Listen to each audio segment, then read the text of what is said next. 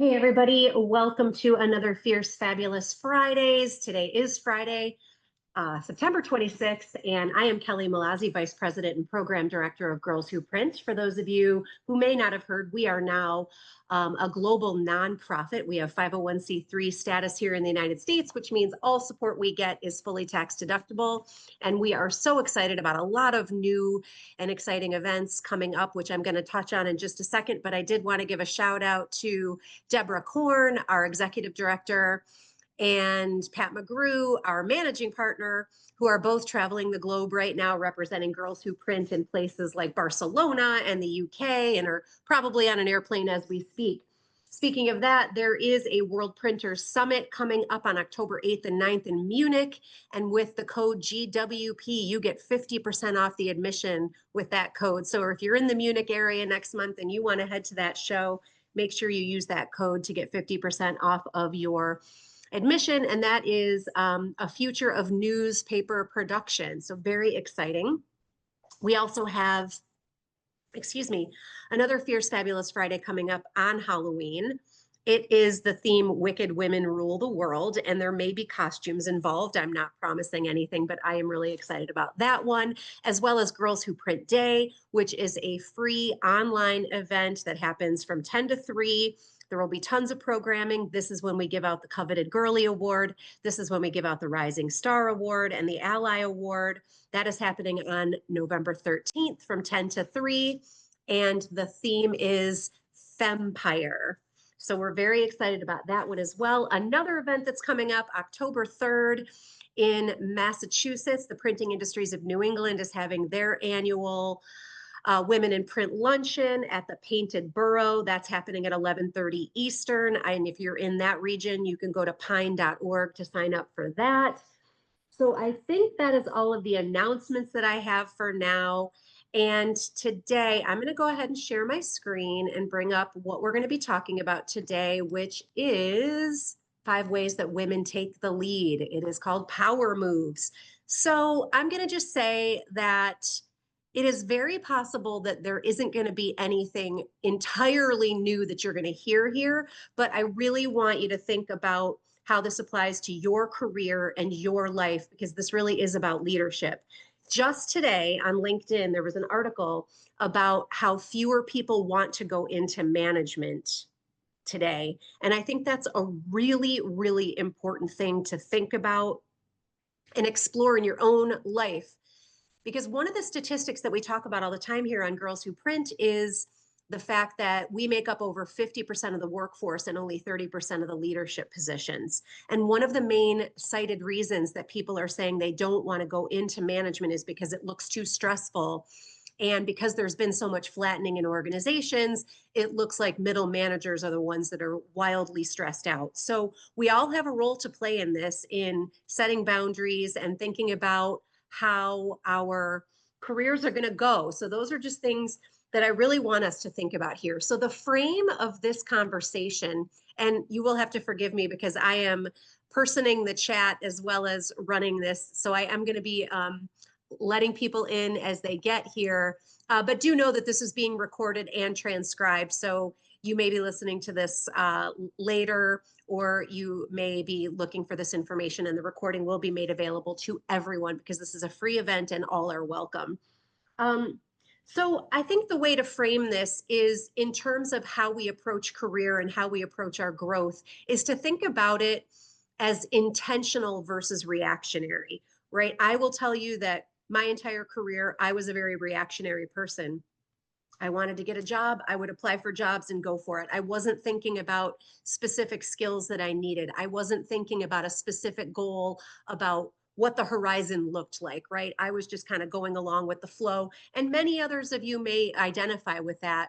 So the conversation today is really going to be about thinking about these 5 things that can help you as you navigate your career. First thing that we're really going to talk about here is a bold network. And obviously, Girls Who Print really embodies that idea of a bold network, right? We are here to provide information, resources, and support for women all over the globe, everywhere but Antarctica. So if somebody figures out a way to get a printing press to Antarctica, we will be there to support them. But really, when we think about a bold network, again, this is about developing the kinds of people who will challenge you, the kinds of people that will disagree with you, the kinds of people that will force you to really think deeply about your moves, about how you're presenting yourself in the world and how you're meeting those moments. So we really want to make sure that we are going deep and wide with our networks. That can include every time we show up in an event, making sure that we meet new people, that we find out what they do, that we ask them questions about how they ascended their career lattice, which is something that Deborah and I and VCAR from Domtar have been talking about for a really long time. Because it is statistically true that women tend to spend less time networking during the most crucial parts of their career. This may be because they're rushing home to deal with children or caring for parents, things like that, because we do know that that invisible work does fall to women more than it does to men. So we want to make sure that we are building strong networks of people who will lift us up, challenge us, and help us get where we want to be. This means capturing contacts everywhere we go. A tack that I picked up from both Deborah and my friend Bill Farquharson is when you get someone's business card, scratch out a couple of notes right there in the moment about what that conversation was like and what the follow-up is going to be. I just did this. I just got home yesterday from Vancouver and was going through my pile of business cards and sending emails to people with specific details about conversations that we had and what the next step is going to be. So having those notes written on that business card was wildly helpful for me. And I saw people do it for years and I didn't do it. And now I'm doing it. And it really does make a difference. So we want to make sure that we are creating relationships, not just little moments, but we're making these connections. These connections are real. These connections are lasting. Deborah and I are a really good example of that, right? We met, kind of bumped into each other very close to 20 years ago now. And so this is just the really important elements that we're talking about of making sure that if you're in a position to help someone else, you grab them by the hand and bring them along with you and look for every opportunity to mentor a student, talk to people about their careers. Again, this is not really about building networks, but next month I'm going to be speaking at a middle school career fair. Even in Canada, everywhere I've been recently, everyone has agreed that we need to have these conversations early with students to get them excited about coming into the industry. So your network can include young people in high school, young people in college, all the way up to people who are in the legacy phase of their career and are thinking about what they're leaving behind, right? So all really important stuff. When we talk about claiming our expertise, this is about owning what we know publicly. So a couple of stats here are again, we've talked about this before, so it isn't as if this is the first time you're hearing this, but women are more likely to only apply for jobs for which they are 80 or 90% qualified, whereas a man will apply for a job if he's 20% qualified. So this is about us standing up very, very solidly, very sturdily and saying, I know what I'm talking about.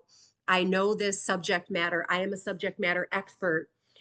And so it's about applying for jobs that are a little bit of a stretch for you, a little bit of a challenge. You might not be completely sure that this is going to be something that you can do, but it's time to test it out. It's time to give it the old college try, right? So another thing that I've heard a lot of women talk about when they give advice to younger people is say yes, take on the extra work, do something that makes you uncomfortable. Again, stretch beyond what you know for certain you know how to do and start leaning into that which you think you can do, because this is where the growth happens. This is where the promotions happen.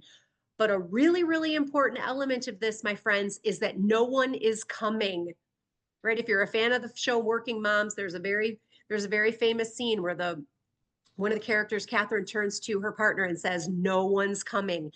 No one's coming to give you the promotion. No one's coming to give you extra responsibility. No one's coming to put you on the stage or get you a mentor or a mentee. You have to be the star of your show. You have to be the one to say, I want to be a mentor. I need a mentor, or I want that promotion. I'm going to get that promotion. No one is coming. It is up to you.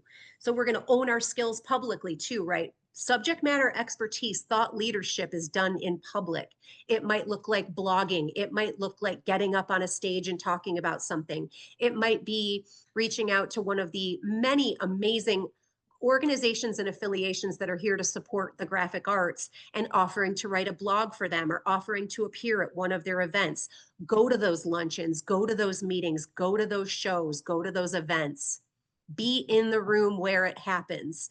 This is the way this stuff is going to happen. And when it comes time for negotiating, it is about making a case, right? This is a sales job. I want this promotion. This is what I've been doing. This is why I deserve it. It is not coming for you. You have to make this stuff happen for you. Making those demands is competency. It is that confidence that you have to show and prove that you know what you're doing and you deserve it. So there's probably people on this call right now that could tell me stories that would curl my hair about mistakes that they've made and how long it took them to overcome it. Everybody makes mistakes. It's what you do next that matters. So this is about owning mistakes, right? My goodness, I could write an entire book about colossal failures. I'll tell you about one of them now. At one of the last print shows that happened in Chicago, I went on stage right after Seth Godin delivered the keynote speech, and I absolutely tanked in front of a room of people. I froze. And if it weren't for my friend Emily Katecki that was standing or sitting in the front row, shout out to you, Emily, I probably would have run off the stage. I was not prepared. I didn't practice my speech. Now, I had one of two things I could have done after that. I could have never gone onto a stage again. I could have collapsed and just said, this isn't for me, and just dissolved into a million pieces. But I went home and said, that will never happen to me again. And I applied to do another talk the next year. They asked me back. I practiced, prepared, and I crushed it the next year. That was turning a setback into a springboard. I have now appeared on probably 100 stages since then.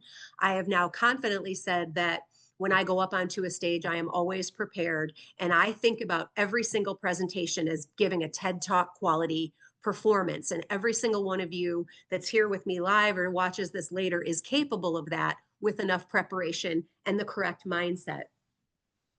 So other things to think about is sharing those stories makes you vulnerable, right? I was absolutely paralyzed by that situation. And I went back at that show. I was in the Printerverse with Deborah for the rest of that time and constantly was trying to overcome those feelings of failure. And Deborah did a great job of propping me up. She gave me some tips about how to prepare to be on stage. People that were in the room came to see me at the Printerverse booth and, kind of gave me that whole, it wasn't as bad as you think it is. But this is about resilience. It is about bouncing back. There is not a person on planet Earth who has not made a mistake. There is not a person on planet Earth who hasn't struggled. So just know this, you are not alone. You are never alone. And again, there are people, including us here at Girls Who Print, that can help with getting prepared for these things, or get prepared with a friend or a colleague or someone you look up to help you as you think about how to get over whatever the problem was. And again, center it around the learning. When you make the mistake, it's really important to do a postmortem. What did I do wrong? Why did this happen? And how can I make sure it never happens again? Which is not to say that other mistakes won't happen, but as long as we're learning and evolving and growing, mistakes are very, very valuable tools for us. Really, really important. And again, resilience is one of the most important things that organizations can have to grow and people can have to grow. So when we talk about collaboration and inclusion, we really are talking about involving other people in our success, our organization's success, and our company's success, right? This is about amplifying other voices. So an example of that would be when I meet students, I connect with them. I tell them about the mentorship program that Girls Who Print has. I send them a link so that they can, submit an application to be matched with a mentor. And I make sure that they get some of the accolades, right? We talk about Tara Seth and Mackenzie Griffin, who have started their own podcast, Talk More Print. I'm not out here just talking about myself, right? Every time I meet somebody new, I want to shine a spotlight on them because we know we're stronger together. We know as women, when we join together, we are unstoppable. So lifting each other up is one of the cornerstones of what we do here at Girls Who Print. So we want to make sure that we are championing our teams. There has been a ton of studies lately that show that teams with diverse voices are more profitable, more successful, more nimble, more creative, right? If we just sit in rooms with people who look and talk and have exactly the same lived experience as us, we won't learn anything. We won't go beyond the status quo. Growth happens with diverse voices, and we can be the ones to lead with that and insist upon that and put those folks into the stream, right? When you meet somebody who's from a different place or speaks a different language or looks different than you, that's the signal to bring them in, bring them into your ecosphere, and think of how you can keep them there and what you can do to help them.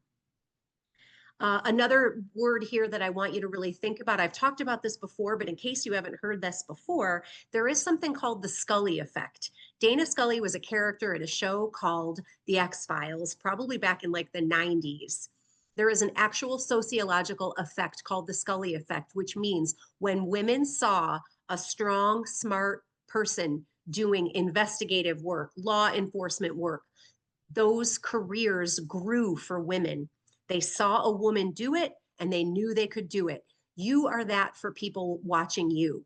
Women are watching you, young girls are watching you. And so when you represent that strong leadership, that assertiveness, that drive, that confidence, other people see it in you and they understand what is possible. It's very, very important that we are striving to have women in leadership positions, women in the C-suite, women managers. We're trying to fix that broken rung, which says that it takes a woman 2 years longer to ascend to a management position than it takes a man, right? We are trying to remedy those situations with visibility, with support, with resources, with programming, with mentorship, with all of those things. And so when we think about making strategic career moves, we really are focused on technology, right? We are focused on knowing what is coming, know where we've been, knowing what is happening. So this is about making it a practice to stay informed about new things. You don't know about the fact that there's all kinds of new technology in direct mail where they're using scented paper, they're using QR codes with scheduling tools for certain kinds of direct mail. You don't know about some of the specialty wide format stuff that's happening. Deborah and I and Pat were at FESPA and saw some absolutely jaw-dropping technology coming out of the wide format space.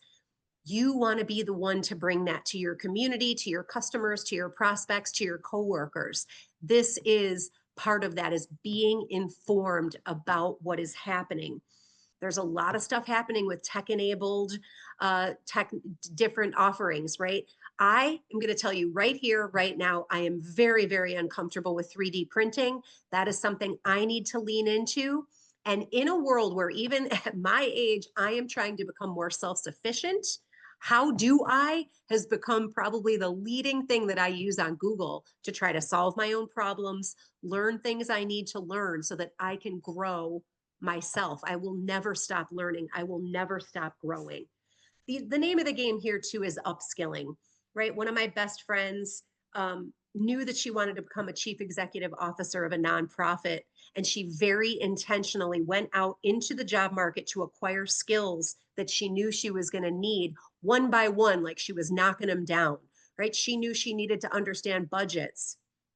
So she got a job where she would be actively involved in running budgets for multi-million-dollar nonprofits. She's now less than 40 and she's a chief operating officer of one of the largest United Way branches in the country. But it was very intentional. Remember what I said at the top. There's a difference between being kind of reactionary and kind of pinballing around the world and being laser focused on skills and roles and where you want to be at the pinnacle of your career. And it's never too late for that, right? So we are going to seek those upskilling opportunities, and they don't have to happen in formal training. It could be in books you read, it can be in videos that you watch, it can be attending conferences where you see speakers that teach you something you didn't know and help you navigate what you need to lean into. So again, that self-sufficiency combined with building that community that's going to support you. It's what we're all about here at Girls Who Print, and it's definitely about what mentoring experiences are for both mentors and mentees. on our website at Girls Who Print. Don't forget, we have a free mentorship program that is free to everyone, and you can apply on our website. And we have a membership platform too. So for $30 a year, $30, $40. I am so sorry. I think it's $40. You get access to exclusive events, exclusive content, forums, all kinds of amazing stuff happening over there, which again can be found at girlswhoprint.org. And if everybody is good, I'm going to end the call and say empower long and prosper, my friends. Thank you so much for being here. Have a great Friday, and we will see you on October 31st, where Deborah and I might just be in costume because I'm going to be fully and freely admitting that I am a Wicked obsessed person. And so that is going to be kind of setting the table for the Wicked Part 2 film event that's happening in theaters in November. So thanks, everybody. Empower long and prosper.